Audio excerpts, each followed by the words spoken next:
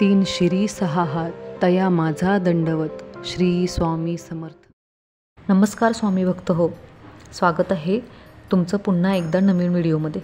या व्हिडिओचं शीर्षक आहे स्वामी कृपा व्हावी वाटत असेल तर त्यांना नावडणारी ही गोष्ट ताबडतोब सोडा. त्याआधी व्हिडिओ पूर्ण पहा आणि चॅनलला सबस्क्राईब केलं नसेल तर आत्ताच सबस्क्राईब करून घ्या. चला व्हिडिओला सुरुवात करू. स्वामी कृपा व्हावी म्हणून भाविक स्वामींना प्रिय असलेल्या गोष्टी अर्पण करतात, पण त्यांना न आवडणारी ही गोष्ट सहसा सोडत नाही. तुमची तयारी आहे का? आपण स्वामींची पूजा करतो, उपासना करतो, ते सदैव सोबत राहावेत अशी त्यांच्याकडे प्रार्थना करतो. स्वामींची कृपा दृष्टी मिळावी म्हणून आपण त्यांच्या आवडत्या गोष्टी अर्पण करतो. मात्र खुद्द स्वामींना आवडणारी आणि नावडणारी गोष्ट कोणती ते जाणून घेऊया. घरातल्या भिंतीवर सुविचार, तसबिरी, प्रेरक विचार लावलेले असतात. का? तर ते सतत आपल्या डोळ्यांसमोर राहावेत म्हणून. परंतु आपले त्यांच्याकडे लक्ष जात नाही आणि त्या केवळ शोभेच्या वस्तू होऊन राहतात. मात्र कधीकधी जाणीवपूर्वक त्यांच्याकडे पाहावे, त्यातून खूप मोठा अर्थबोध होतो. जगण्याची प्रेरणा मिळते आणि निर्जीव भिंतीसुद्धा आपल्याशी बोलत असल्याचा भास होतो.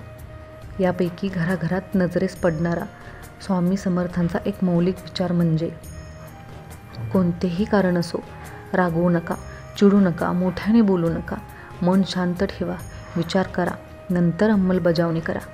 त्रास फक्त तुम्हालाच, मन शांतीसुद्धा तुम्हालाच. विचार ही एक विलक्षण शक्ती असून तुमचे भले करण्याचे प्रचंड सामर्थ्य तुमच्या विचारात आहे. म्हणून विचार बदला, नशीब बदलेल. हे विचार नित्य आचरणात आणले तर आपले आयुष्यच बदलून जाईल. आजच्या काळात क्षणाक्षणाला लोकांना राग उफाळून येतो, भांडण तंटे होतात, अपशब्द काढले जातात, वैरभाव निर्माण होतो.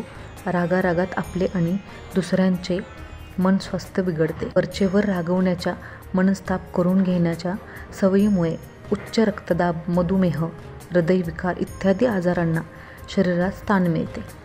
यामुळे गोळ्यांचा पाठलाग सुरू होतो. अकाली आजार, शस्त्रक्रिया, मृत्यू आढळतो. हे प्रकरण तिथे थांबत नाही, तर पुढची पिढी तो वैरभाव सुरू ठेवते आणि दुष्टचक्र सुरू राहते. यासाठीच वरील सुविचारात म्हटले आहे, कोणतेही कारण असो, छोटे किंवा मोठे, रागवू नका. राग येण्याची क्रिया स्वाभाविक असते, परंतु क्षणभर त्या भावनेवर मात केली तर राग आणि पुढील संभाव्य परिस्थिती नियंत्रणात आणता येते. सरावाने राग नियंत्रणात आणता येतो. त्यासाठी फक्त एक क्षण सावरता आला पाहिजे. रागाच्या भरात आपण मोठ्याने बोलतो, अपशब्द काढतो, जे ध्यानी मनीही नसते तेही बोलून जातो. याचा परिणाम म्हणजे तो क्षण निसटून जातो, पण शब्द मागे राहतात. यासाठी त्या क्षणी मन शांत ठेवा, विचार करा. विचार कसला? तर खरेच रागवण्याची गरज आहे का? माझ्या रागवण्याने बदल घडणार आहे का? रागाच्या भरात समोरच्याचा अपमान होणार आहे का? आणि त्या रागाचा मला त्रास होणार आहे का? या गोष्टीचा विचार केला तर तेवढ्या वेळात रागाचे जे कारण आहे त्याची तीव्रता कमी होईल, मन शांत होईल. एकदा तुम्हाला हे जमले की कायमस्वरूपी तुम्ही स्वतःच्या विचारांवर नियंत्रण मिळवू शकाल. याचा त्रास तुम्हालाही होणार नाही आणि इतरांनाही होणार नाही. या सुविचारातले शेवटचे वाक्य अत्यंत प्रभावी आहे.